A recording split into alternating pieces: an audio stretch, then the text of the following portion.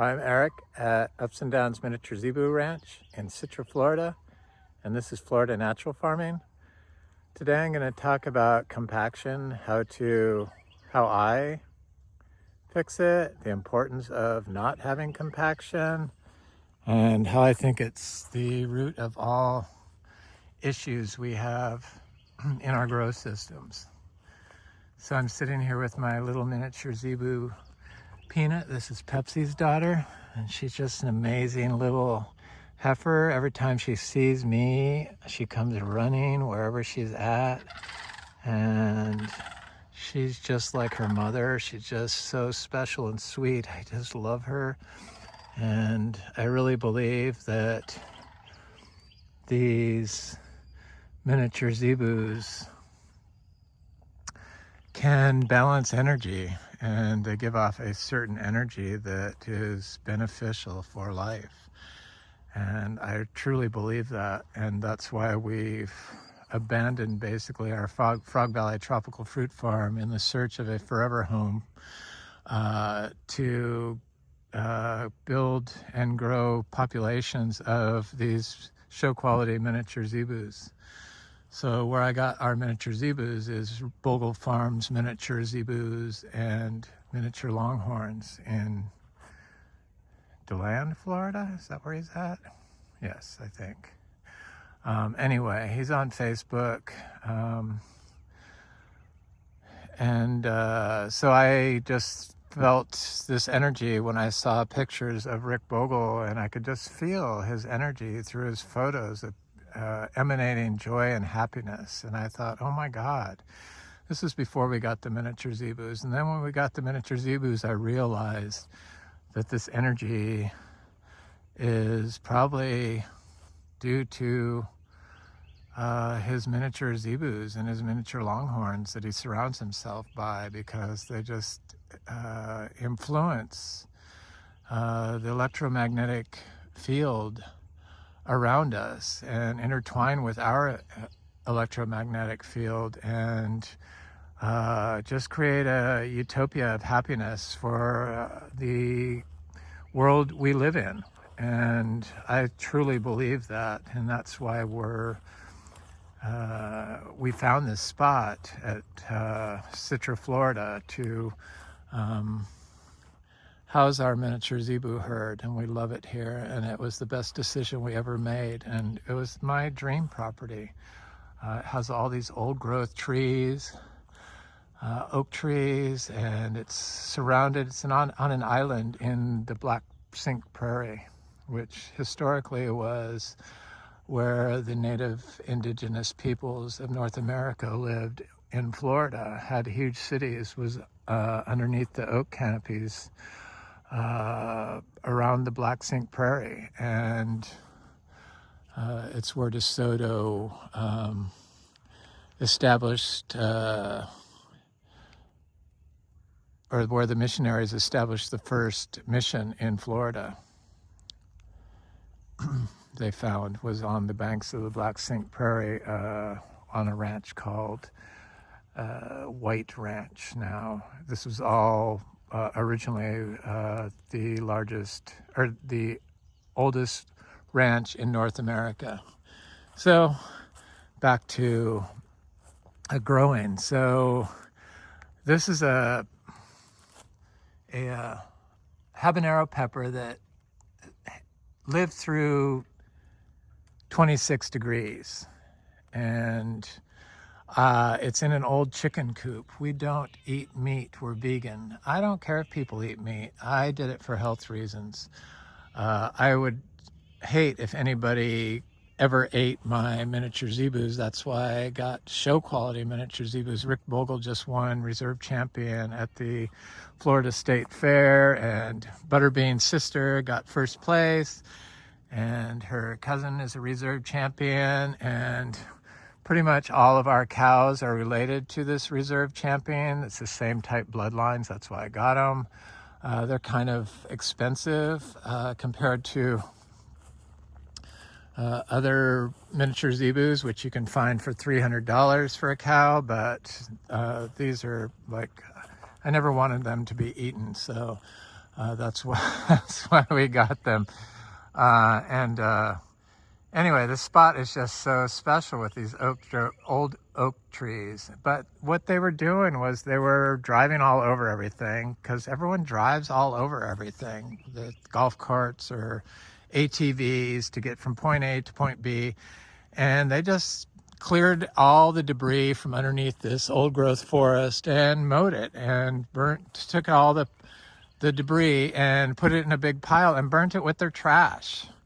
I don't believe that they did it to be bad for the environment, but I just don't think that some people understand how detrimental that is, not only to rake up all this stuff in the forest and clear the understory from the forest and then drive all over it, but then to burn it in combination with your plastic trash bags and your plastic tarps and your foam rubber mattresses and your plastic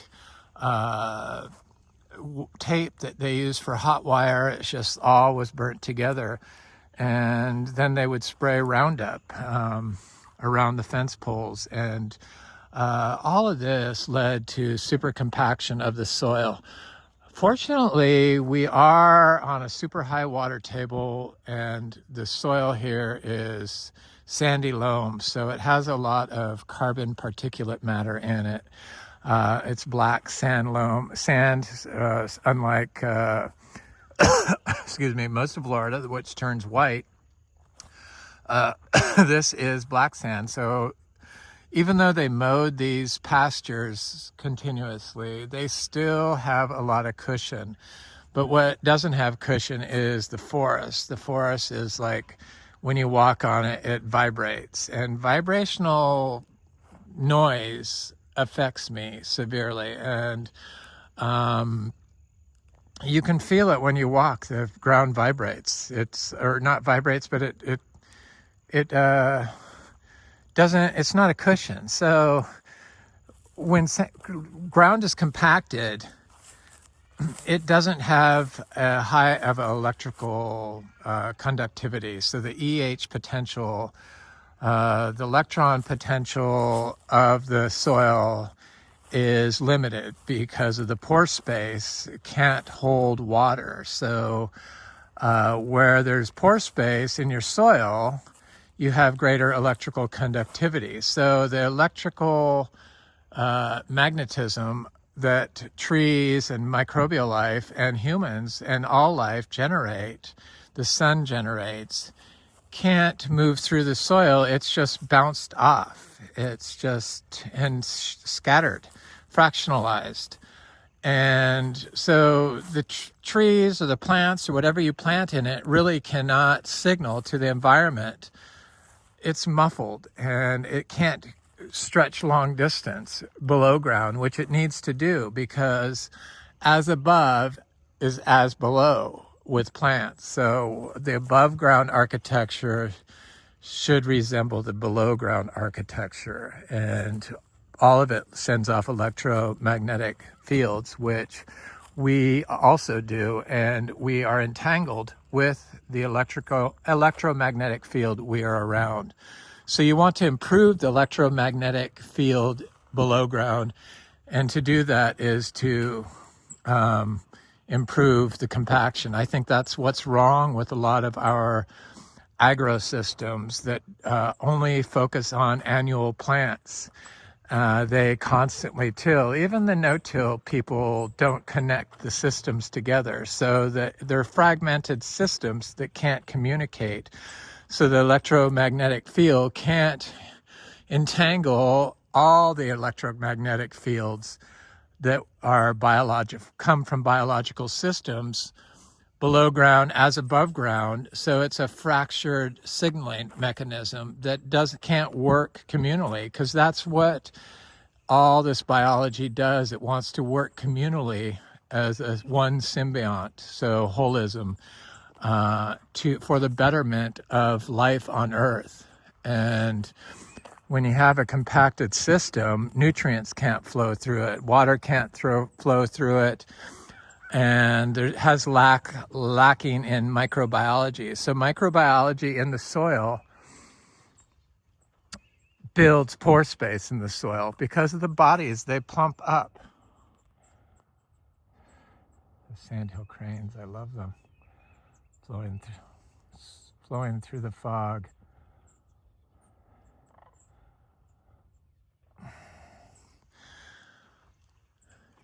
So if it doesn't have the life in the soil, you don't have the nutrients in the soil. A lot of people think that the nutrients are from minerals, but that's just part of it. The nutrients, the diversity of nutrients that you get in plants is from the diversity of biology in the soil. And the way that you get the biology in the soil is to build up the diversity of your system and have it all interconnected, not compartmentalized, which is what happens when you have a road. It splits this system from this system below ground. And this is totally compacted and devoid of microbiology and devoid of nutrients. And that's what they would say about Florida. Oh, the soil doesn't have nutrients, so you can't get nutrient-dense food, and plants can't survive. That's why they use NPK fertilizers, and you need to put phosphorus on the soil and stuff like that. But all these mined substances, like rock dust and stuff, and minerals that they mined, have the potential to contain pollutants, heavy metals, out of balance, that when consumed in our food, or when the plant takes them up, then they damage the mitochondria of the plant. And when you consume those foods, it damages our mitochondria, which makes the system so it can't run as an entangled whole. It becomes a disconnected system. So the communication from a plant far away cannot communicate with a plant that's in a disconnected system as easily as a plant that's in a completely connected system below ground. The electromagnetic field that's connecting all life and connecting time and space, contains information, and that information can be instantaneous. Basically, the turn of an electron is how fast a system can communicate if it's entangled through the electromagnetic field. So having compaction goes beyond just nutrients and water moving through the system. It has to do with the electromagnetic field of the sun and the electromagnetic field of all the biology in the below ground life. So when it's all working in unison as one, and it's interconnected and not disrupted through compaction or pollutants, then it can work in a communally beneficial way that has a positive outcome on life. So I started my vegetable garden here. I just wanted to do the vegetable garden because I like to dry farming vegetables every year.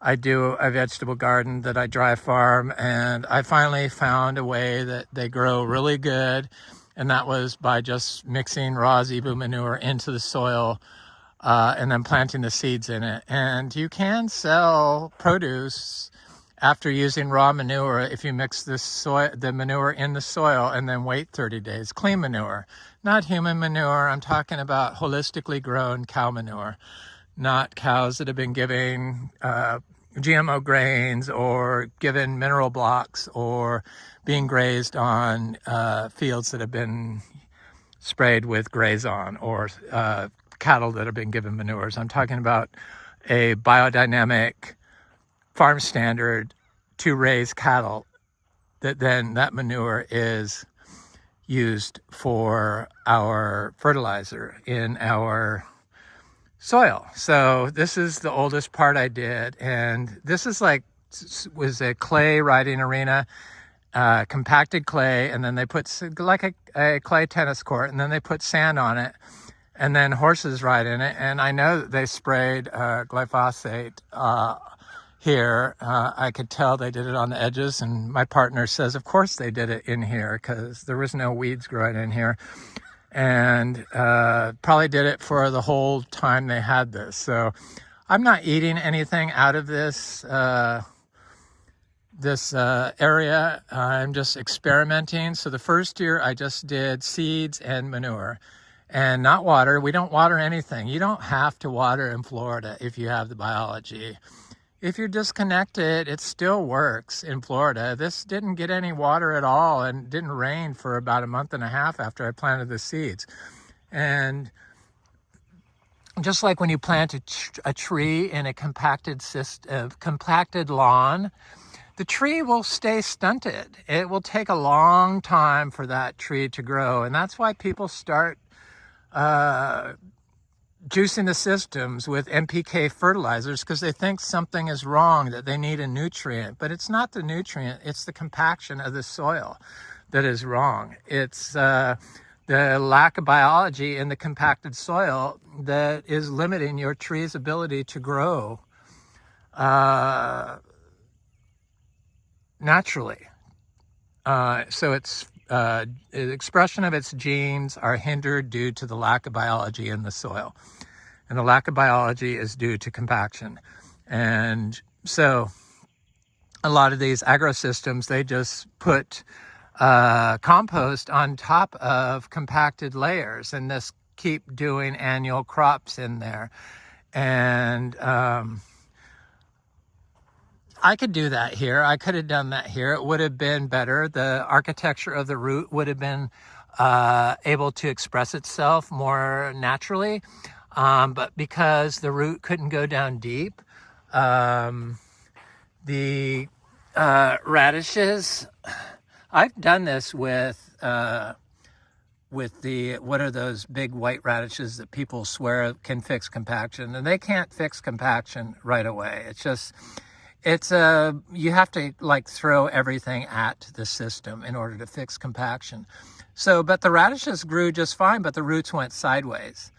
So you can see the root is totally sideways in this radish. And some of them are seeding, which is good. So I'm just going to leave this stuff here, let it do its thing. I'm just going to add more seeds. What I want to do is I'm going to do half of it. I'm going to add my daily compost. I'm going to cover half of it with that.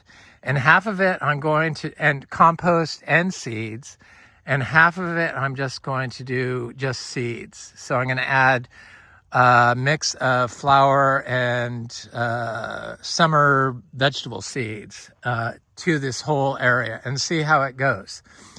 Maybe I'll do a smaller section, because I know that if I add a composted area or add my daily manure, so it's hay, organic hay, because I bought a small amount of organic hay when we got the new cows, and it's got zebu manure and some manure in it. So if I cover the whole thing, and then as it ages, I throw seeds in there, it will build up microbial populations.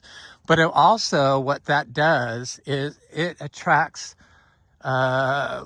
larger life, like macrofauna, like rodents, like moles, and that live underneath the hay, because it prevents water from getting down below the soil. That's a problem with applying mulch and killing all the weeds with wood chips, is there really is no seed bank left in there, or stuff can't really grow in wood chips. So it completely destroys the system. But if you have a mix of like my strips where I have the plants, and I do just piles, random piles, and leave the weeds that are in there so that they can seed the areas where the daily compost is, I think that would be the best, rather than killing everything in here and not having any seeds. Because seeds bring microbes to the system. So a diversity of seeds will bring a diversity of microbes to the system. And then when you have the piles of manure, you get earthworms that are attracted to the hay and the manure, and you get ants that move in and live in the hay pile. So everyone hates fire ants, but they fix compaction layers. Just adding one type of radish, I forget what it's called. It's those white radishes. Everyone swears by, oh, you need to put those. But those, I've tried those. They do not fix compaction. They just didn't fix it on their own. You have to throw the book at compaction. And that's how I figured the best way for our tropical fruit trees to grow, to fix the compaction, was to put compost piles in place and then add diverse plants to it.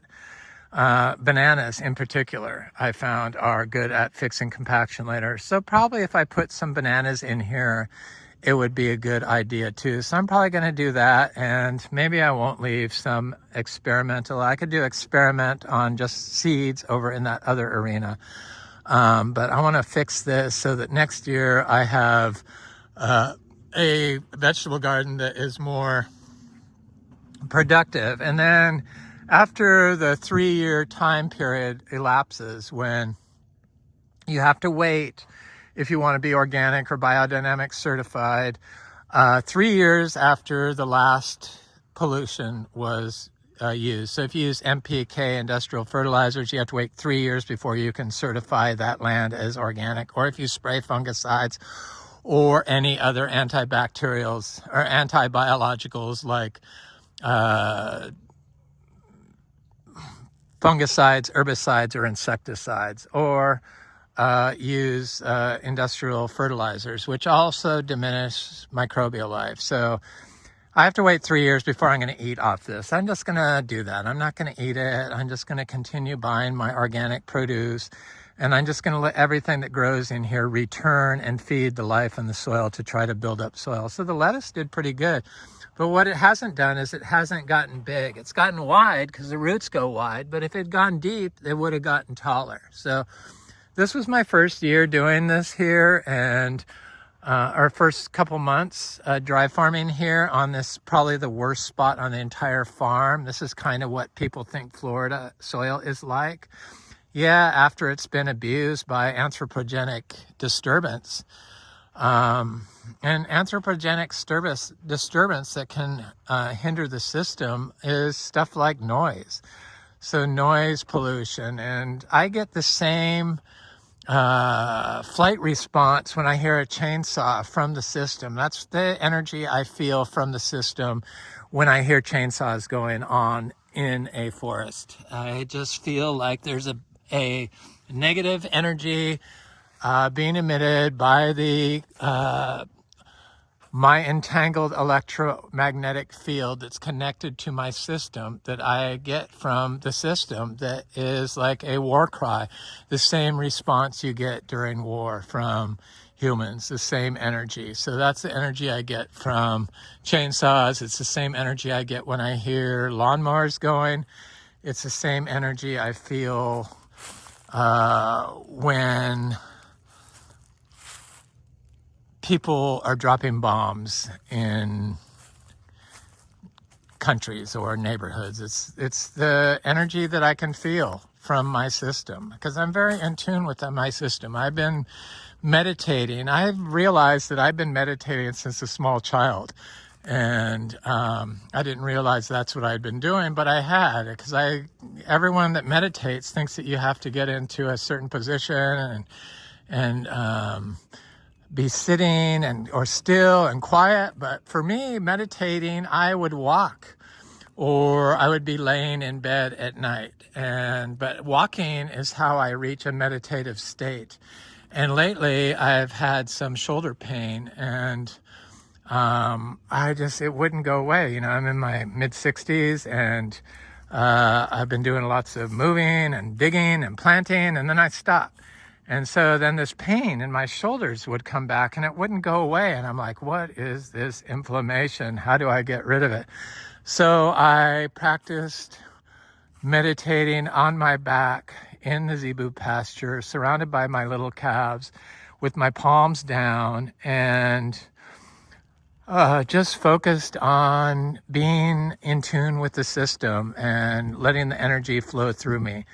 And then just visualize flying through the system. And I did that for about a half hour, and all my pain went away, and it hasn't returned. So I've been doing that every day with my little miniature zebus, and they just bring me to an instant state of euphoria and in tune with my environment. So I'm trying to reconnect the below ground electromagnetic field that has been disturbed by the compaction and the lack of microbial life throughout the system because of the removal of all the leaves and the twigs and the branches and the understory. So I'm trying to put an understory here, and I started with my bananas from Frog Valley Tropical Fruit Farm. I don't understand why people say that bananas require a lot of water. I think the bananas are some of the most drought tolerant fruit trees that I have. Technically not a fruit tree, I know, but my friend Frank says, they need more water. And I'm like, bananas never have been affected by drought ever. I've never had a banana die from drought. I even have divided bananas during drought. And they're totally soaking wet in the rhizosphere of the root zone. So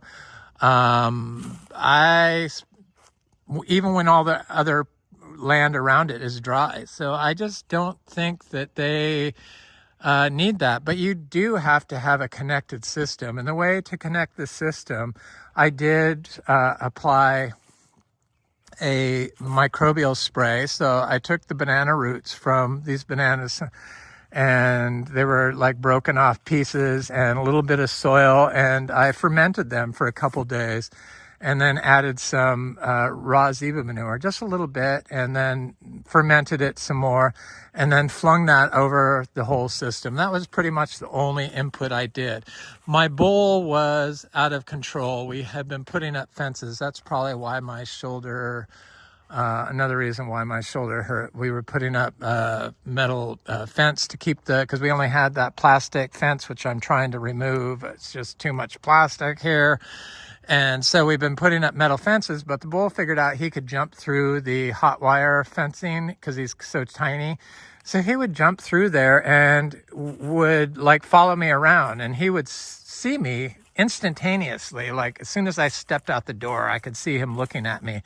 I could feel it. And he would come up to the house and then follow me like right behind. And if I got the wheelbarrow or the wagon that I used to haul the hay, he would like try to attack it. So I wasn't doing my daily compost, but we finally got the fences up. So I've been putting a pile next to every banana tree to draw life. It's the probiotic and the prebiotic to draw the life from the system, get the moles under it, get the ants moving into it, just providing a home for life that can build life in the soil and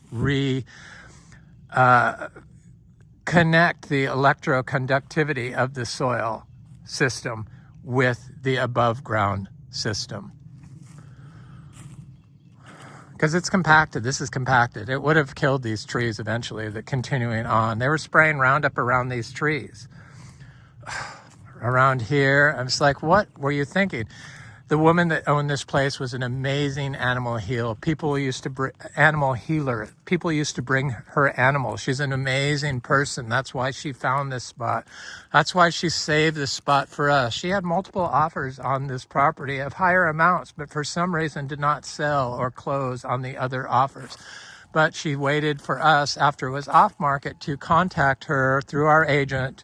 And we wound up with this property. I believe we were meant to have this property, but she wanted us to take her animals, her deer, her tortoise, her cats.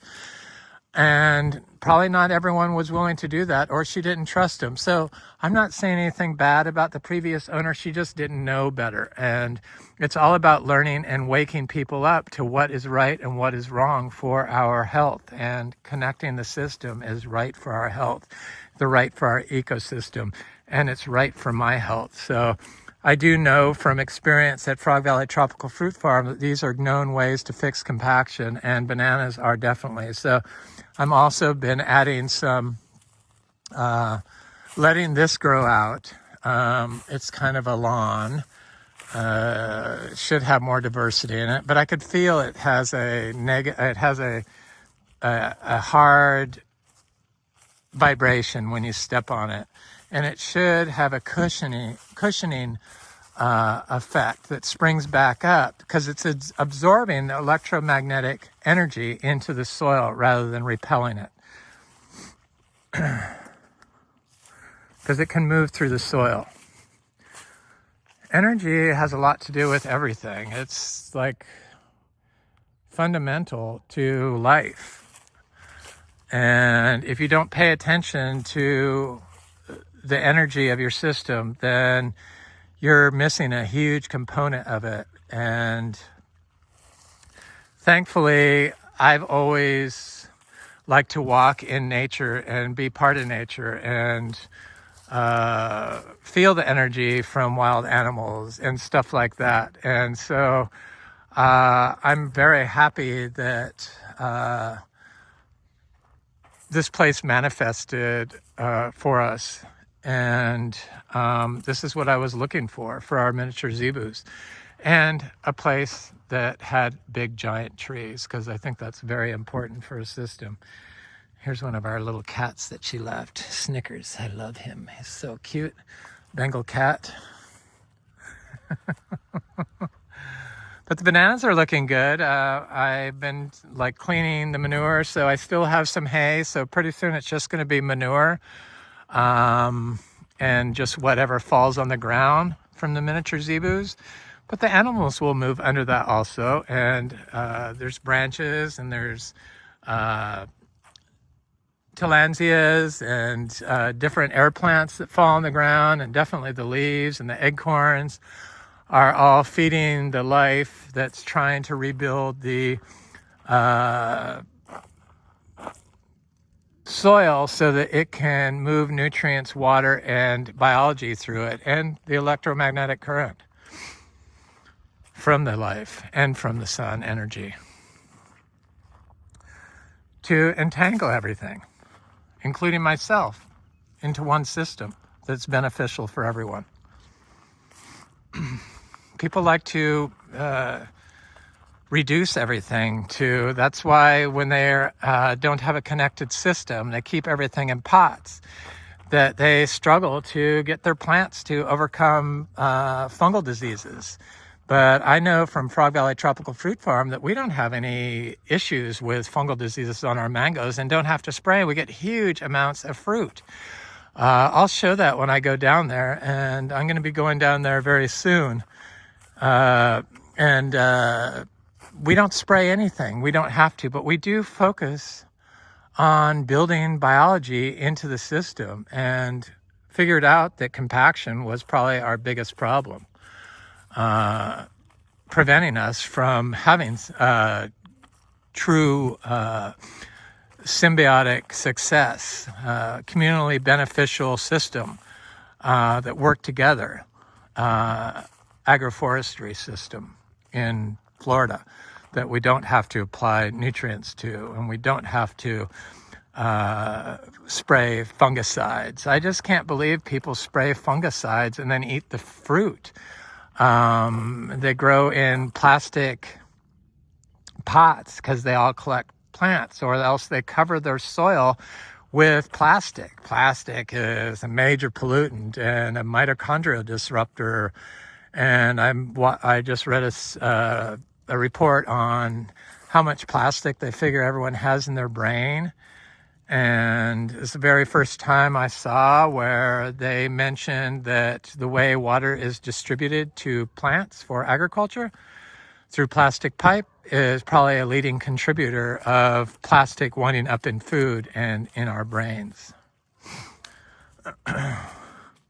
So all these little stakes is where I planted my Garcinia madruna seeds. I put 2 to 3 seeds for every stake. And Snickers, I'm trying to do a video. And These are the bananas. I chopped the tops off. They're starting to come up. No water. I mean, it was so dry here. The ground was totally dry. It was 26 degrees. But I know that all of them are coming along. I know that I could have been further along if I had put daily inputs of manure around each one of these bananas, but I couldn't do it until I got my bull under control because he just bugged me too much. And I didn't want to aggravate him. And I knew that I would get around to having the fences done. We've just been so busy with the move and everything. And my partner's down there right now. We're lowering the price of Frog Valley Tropical Fruit Farm this week to 1.78, 1,780,000, which is a good deal for 10 acres that you could build 3 houses on. And it's an amazing, naturally farmed, rare tropical fruit farm that has a lot of stuff that people have trouble fruiting that fruit without any help. So it doesn't need any inputs. It just grows on its own. You don't have to worry about water. It causes zero stress. A lot of people overthink everything. Well, this is just too much work, but trust me, I made it as work-free as possible. But anyway, that's a whole nother video, and probably going to be my next video will be from Frog Valley Tropical Fruit Farm and showing the mangoes. But I'm Eric, and I'm at Ups and Downs Miniature Zebu Ranch in Citra, Florida, our new home, and we love it here. And that's my video on compaction, how I go about fixing it with the help of nature. And the interconnectedness of everything is due to the electromagnetic field that is all around us and entangled and creates one system that is beneficial for all life. Anyway, thanks for watching. Please like, share, and subscribe. Leave a nice comment. I always enjoy hearing from you. Thanks so much.